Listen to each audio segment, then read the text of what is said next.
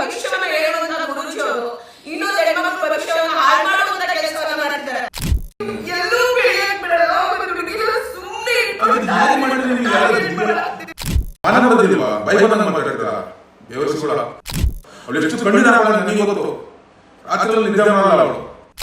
ನೀವು ಮಾಡದೆ ಕಚ್ಚಡ ಕೆಲಸಗಳು ವ್ಯೂಸ್ಗೋಸ್ಕರ ಮಾತಾಡ್ತೀರಾ.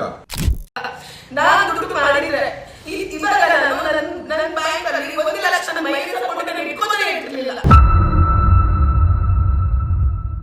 ಅಷ್ಟೊಂದೇ ನಿಮಗೆ ಒಬ್ರು ಕಾಲ್ ಮಾಡಿಲ್ವಾ? ಇಡೀ ಏನ್ ಕರ್ನಾಟಕ ಗೊತ್ತು ಆ ನ್ಯೂಸ್ ಆಗಿರೋದು. ಒಬ್ರು ಕಾಲ್ ಮಾಡಿ ಮೇಡಮ್ ಈ ತರ ಮಾಡಿದ್ರು ನಮಗೆ ಸರ್, ಈ ತರ ನಮಗೆ ಇದ್ ಮಾಡಿದ್ರು, ಕಾಲ್ ಮಾಡಿ ದುಡ್ಡು ಕೇಳಿದ್ರಂಗೆ ಒಬ್ರು ನಿಮ್ ಯೋಗ್ಯತೆಗೆ ಆತರ ಹೇಳ್ಕಂತಿರಲ್ಲ. ಒಂದು ಪ್ರೂಫ್ ತೋರಿಸ್ರಿ. ಇವಳು ದುಡ್ಡು ಕೇಳಿರೋದನ್ನ ಡಾಕ್ಟ್ರು, ಇಂಜಿನಿಯರು, ಅವರು ಇವರು, ಬಿಲ್ಡರ್ಗಳು, ಅವ್ರು ಇವರು ಅಂತ ಬಾಯಿ ಬಂದ ಪಡ್ಕೊಂತಿರಲ್ಲ ಕುತ್ಕೊಂಡು ಕ್ಯಾಮ್ರಾ ಮುಂದೆ. ಒಬ್ರು ತೋರಿಸ್ರಿ. ಒಂದು ಹೆಣ್ಮಗು ಎಷ್ಟು ನೋವು ಪಡ್ತಾಳೆ. ನಿಮಗೆ ಮಾನ ಮರದಿಲ್ವಾ? ಬಾಯಿ ಬಂದಂಗೆ ಮಾತಾಡ್ತೀರಾ ಬೇವರ್ಸಿಗಳ. ಅವಳು ಎಷ್ಟು ಕಣ್ಣೀರು ಹಾಕೊಳ್ಳ ನನಗೆ ಗೊತ್ತು. ರಾತ್ರಿ ಎಲ್ಲ ನಿದ್ದೆ ಮಾಡಲ್ಲ ಅವಳು. ಇವಾಗಲೂ ಹೇಳ್ತಾಳೆ ಎಷ್ಟು ಅಂತ ಕಣ್ಣೀರು ಹಾಕಿಸ್ತೀರಾ? ಬಾಯಿ ಬಂದಂಗೆ ಮಾತಾಡಿ. ನೀವು ಒಂದು ಪ್ರೂಫ್ ಇಟ್ಕೊಂಡು ಮಾತಾಡ್ರಿ, ಅವಾಗ ಒಪ್ಕೊಂತೀನಿ. ನೀವು ಮಾಡದೆ ಕಚ್ಚಡ ಕೆಲಸಗಳು ನಿಮ್ ವ್ಯೂಸ್ಗೋಸ್ಕರ ಬಾಯಿ ಬಂದ ತಮ್ಮಿಲ್ಲ ಹಾಕೊಂಡು ಬಾಯಿ ಬಂದಂಗೆ ಮಾತಾಡ್ತೀರಾ. ಎಷ್ಟು ನೋವಾಗುತ್ತೆ ಅಂತಂದ್ರೆ ಏನ್ ಬಾಯಿ ಬಂದಂಗೆ ಏನ್ ಅನ್ಸುತ್ತಂಗೆ ಏನಲ್ಲ ಏನ ಅಂತದ್ ಏನ್ ಮೋಸ ಮಾಡಿದ್ರೆ ನಿಮ್ಗೆ? ಎಷ್ಟೊಂದು ಅಳಿಸ್ತೀರ ಅವಳನ್ನ ಬಾಯಿ ಬಂದಂಗೆ ಮಾತಾಡಿ. ಇಲ್ಲ ಏನ್ ಗೊತ್ತಾ ನಾನು ಕೇಳ್ತಿರುವಂತದ್ದು, ಈಗ ದುಡ್ಡು ಮಾಡಿದೀನಿ ದುಡ್ಡು ಕೇಳಿದಾಳೆ ಅಂತ ಹೇಳಿ ಸುಮ್ನೆ ಇಲ್ಲ ಆರೋಪ ಮಾಡ್ತಿದ್ರಲ್ಲ. ನಾನ್ ದುಡ್ಡು ಮಾಡಿದ್ರೆ ಇವಾಗ ನಾನು ನನ್ನ ಬ್ಯಾಂಕ್ ಅಲ್ಲಿ 1 ಲಕ್ಷ ನನ್ನ ಮೈನಸ್ ಅಕೌಂಟ್ ನಾನು ಇಟ್ಕೊಂಡೇ ಇರ್ತಿರ್ಲಿಲ್ಲ. ಆಯ್ತಾ, ಮೈನಸ್ ಬ್ಯಾಲೆನ್ಸ್ ಅಲ್ಲಿ ಇದೆ, ಲೋನ್ಗಳು ಕಟ್ಟಿಲ್ಲ ನಾನು. ಆಯ್ತಾ, ದುಡ್ಡು ಮಾಡ್ಬೇಕು ಅಂತ ನಿಂತಿದ್ರೆ ನಾನು ಮತ್ತೆ ಮೀಡಿಯಾಗೆ ಯಾಕೆ ಬಂದೆ? ನಾನು ಒಂದು 7 ತಿಂಗಳು ಬ್ರೇಕ್ ಅನ್ನ ತಗೊಂಡಿದ್ದೆ. ಮತ್ತೆ ಯಾಕೆ ಬಂದೆ ಅಂತಂದ್ರೆ ಎಲ್ಲಿ ನನಗೆ ಅವಮಾನ ಆಗಿರುತ್ತೆ, ಎಲ್ಲಿ ಇವಾಗ ನಾನು ಕಲ್ತಿರೋದು ಜರ್ನಲಿಸಮ್, ನನಗೆ ಗೊತ್ತಿರೋದು ಆಂಕರಿಂಗ್ ಫೀಲ್ಡ್, ನನಗೆ ಗೊತ್ತಿರೋದು ಇದೇ ಕೆಲಸ. ನಾನು ಅದಕ್ಕೆ ಇದೇ ಕೆಲಸ ಮಾಡಕ್ಕಂತ ಬಂದಿರೋದು. ನಮ್ಗೆ ಯಾವ ಕೆಲಸ ಗೊತ್ತಿರುತ್ತೆ ಆ ಕೆಲಸ ಅಷ್ಟೇ ಮಾಡಬೇಕು. ಈ ಹಿಂದೆ ನಾನು ಎಷ್ಟೊಂದು ಸಾಕಷ್ಟು ಕೆಲಸಗಳನ್ನ ಮಾಡ್ಕೊಂಡು, ಸೇಲ್ಸ್ ಮಾಡ್ಕೊಂಡು, ಸಿಮ್ ಸೇಲ್ ಮಾಡ್ಕೊಂಡು, ಸೇಲ್ಗಾರಲಾಗಿ ಮೊಬೈಲ್ ಸೇಲ್ ಮಾಡ್ಕೊಂಡು ನಾನು ಓದ್ಕೊಂಡು ನಾನು ಬಂದಿದ್ದೀನಿ.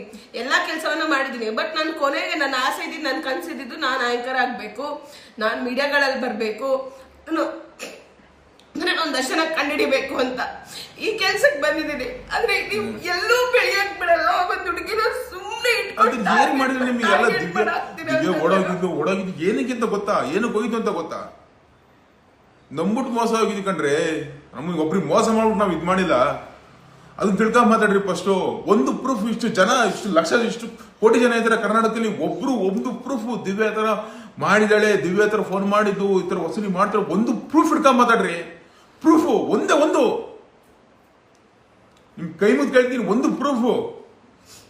ಎಷ್ಟು ಕಷ್ಟ ಪಡ್ತಿದ್ದೀವಿ, ಯಾವ ತರ ಇದೀವಿ ನಮಗೆ ಮಾತ್ರ ಗೊತ್ತು. ಬಾಯಿ ಬಂದಂಗೆ ಮಾತಾಡ್ತೀರಾ. ಎಷ್ಟು ಒಬ್ಬ ಮನುಷ್ಯನಿಗೆ ಎಷ್ಟೊಂತ ನೋವು ಮಾಡ್ತೀರಾ ಮನ್ಸಿಗೆ. ನೋವು ತುಂಬಾ ಕೊಡ್ತಿದ್ದಾರೆ. ಆಯ್ತಾ, ಈಗ ಆನಂದ್ ಗುರೂಜಿ ಅವರು ಭವಿಷ್ಯವನ್ನ ಹೇಳುವಂತ ಗುರೂಜಿ ಅವರು ಇನ್ನೊಂದು ಹೆಣ್ಮಕ್ಳು ಭವಿಷ್ಯವನ್ನ ಹಾಳು ಮಾಡುವಂತ ಕೆಲಸವನ್ನ ಮಾಡ್ತಿದ್ದಾರೆ. ಅವರು ಎಲ್ಲೂ ಕೂಡ ಬಂದ್ಬಿಟ್ಟು ಈ ಹುಡುಗಿ ನನ್ನ ಹತ್ರ ದುಡ್ಡು ಕೇಳಿಲ್ಲ ಅಂತ ಹೇಳ್ತಿಲ್ಲ. ಇರ್ಲಿ ಬಿಡಮ್ಮ, ಹೇಳ್ತೀನಿ ಬಿಡಮ್ಮ, ಯಾಮ ಇಮ್ಮ ಅನ್ಕೊಂಡಲ್ಲಿ ಫೋನೇ ಕಟ್ ಮಾಡ್ಬಿಡ್ತಾರೆ. ಯಾಕೆ? ಆನಂದ್ ಗುರೂಜಿ ಅವ್ರಿಗೆ ಇಸ್ಕೊಂಡಿಲ್ಲ ಇವ್ರು.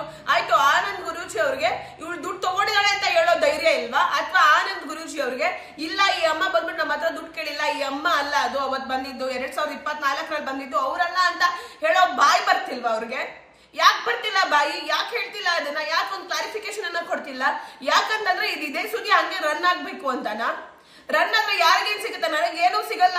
ಆಯ್ತಾ, ರನ್ ಆದ್ರೆ ನನಗೇನು ಸಿಗಲ್ಲ. 1-2 ಲಕ್ಷಕ್ಕೆ ಒಂದ್ ಹೆಣ್ಮಗು ಜೀವನ ಹಾಳು ಮಾಡ್ತಾ ಇದ್ರಲ್ಲ, ಅಸಹ್ಯ ಅನ್ಸುತ್ತೆ ನಿಜಯೋ.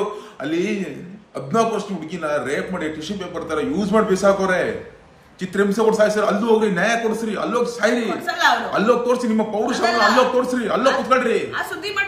ಬಡವರು ಅವ್ರ ಏನೂ ಇಲ್ಲ, ಅವ್ರು ಬಡವರು ಏನೂ ಇಲ್ಲ, ಯಾರು ನೋಡ್ತಾರೆ?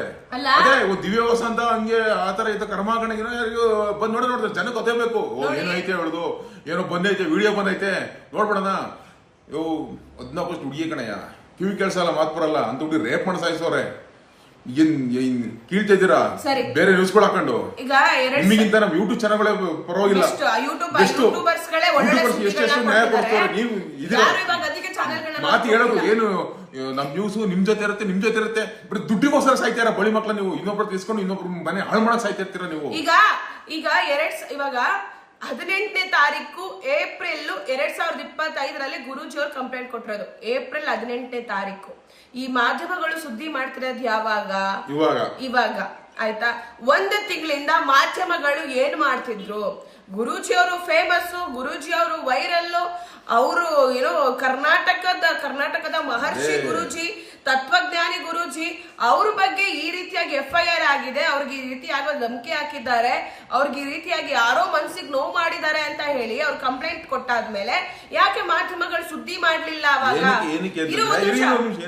ಟ್ರಾನ್ಸಾಕ್ಷನ್ ಲೇಟ್ ಆಗಿರ್ಬೋದು, ಅದಕ್ಕೆ ಟ್ರಾನ್ಸಾಕ್ಷನ್ ಲೇಟ್ ಆಗಿರ್ಬೋದು, ಪೇಮೆಂಟ್ ಲೇಟ್ ಆಗಿ ಬಂದಿರ್ಬೇಕು, ಅದಕ್ಕೆ ಇವಾಗ ಮಾಡ್ತವ್ರೆ. ಅಲ್ಲ, ಅವಾಗ ಯಾಕೆ ಸುದ್ದಿ ಮಾಡ್ಲಿಲ್ಲ?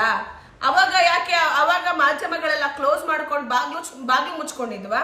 ಇಲ್ಲ, ಗುರೂಜಿ ಅವರು ಮಾತಾಡಿರುವಂತ ವಿಡಿಯೋ ಆಡಿಯೋಗಳು ಇದೆಲ್ಲಾ ಕಡೆ ಬರ್ತಿದ್ದಾವೆ ಆಯ್ತಾ. ಅವರು ನನ್ನ ಬಗ್ಗೆ ಮಾಡಿರುವಂತ ವಿಡಿಯೋನ ಡಿಲೀಟ್ ಮಾಡಿ ಅಂತ ಹೇಳಿ ಎಂಪ್ಲಾಯ್ ಅವ್ರ ಹತ್ರ ಕೇಳ್ಕೊಂಡಿದ್ದೆ.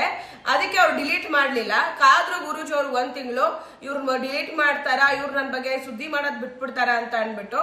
ಬಟ್ ಯಾವಾಗ ಕೇಸ್ ಆಯ್ತು 18ನೇ ತಾರೀಕು ಯಾವಾಗ ಕೇಸ್ ಆಯ್ತು, ಮತ್ತೆ ಅದಾದ್ಮೇಲೆ ಕೋರ್ಟ್ಗೆ ಹೋಗ್ಬಿಟ್ಟು ಯಾವಾಗ ಬೇಲನ್ನ ತಗೊಂಡ್ ಬಂದ್ವಿ, ಅದಾದ್ಮೇಲೆ ಯಾವ ಸುದ್ದಿಯನ್ನು ಮಾಡಿಲ್ಲ. ನಾನಂತೂ ಕಂಪ್ಲೇಂಟ್ ಆಗಕ್ಕಿಂತ ಹಿಂದೆ ಸುದ್ದಿಯನ್ನ ಮಾಡಿದ್ದೆ ಹೊರತು ಕಂಪ್ಲೇಂಟ್ ಆದ್ಮೇಲೆ ಸುದ್ದಿಯನ್ನ ಮಾಡಿಲ್ಲ. ಬಟ್ ಈಗ ಆಯ್ತಾ 18ರಲ್ಲಿ ಆಗಿರುವಂತ ಕಂಪ್ಲೇಂಟ್ ನ ಇವಾಗ ಎಲ್ಲಾ ಮಾಧ್ಯಮಗಳು ಸುದ್ದಿ ಮಾಡ್ತಿದ್ದಾರೆ ಅಂತಂದ್ರೆ, ಮತ್ತೆ ಕೆಲವೊಂದು ಮಾಧ್ಯಮಗಳು ನನ್ನ ಬಗ್ಗೆ ಕೆಟ್ಟದಾಗಿ ಮಾತಾಡ್ತಿದ್ದಾರೆ ಅಂತಂದ್ರೆ, ಅವರು ಯಾರ್ಯಾರು ನನ್ನ ಬಗ್ಗೆ ಇಲ್ಲ ಸಲ್ಲದ ಸುದ್ದಿಗಳನ್ನ, ಸುಳ್ಳು ಸುದ್ದಿಗಳನ್ನ ಹಬ್ಬಿಸ್ತಿದ್ದಾರೆ ಅಂತಂದ್ರೆ ಆ ಮಾಧ್ಯಮಗಳು ಏನಾಗಿರ್ಬೇಡ, ಏನಕ್ಕೆ ಇವಾಗ ಸುದ್ದಿಯನ್ನ ಮಾಡ್ತಿದ್ದಾರೆ?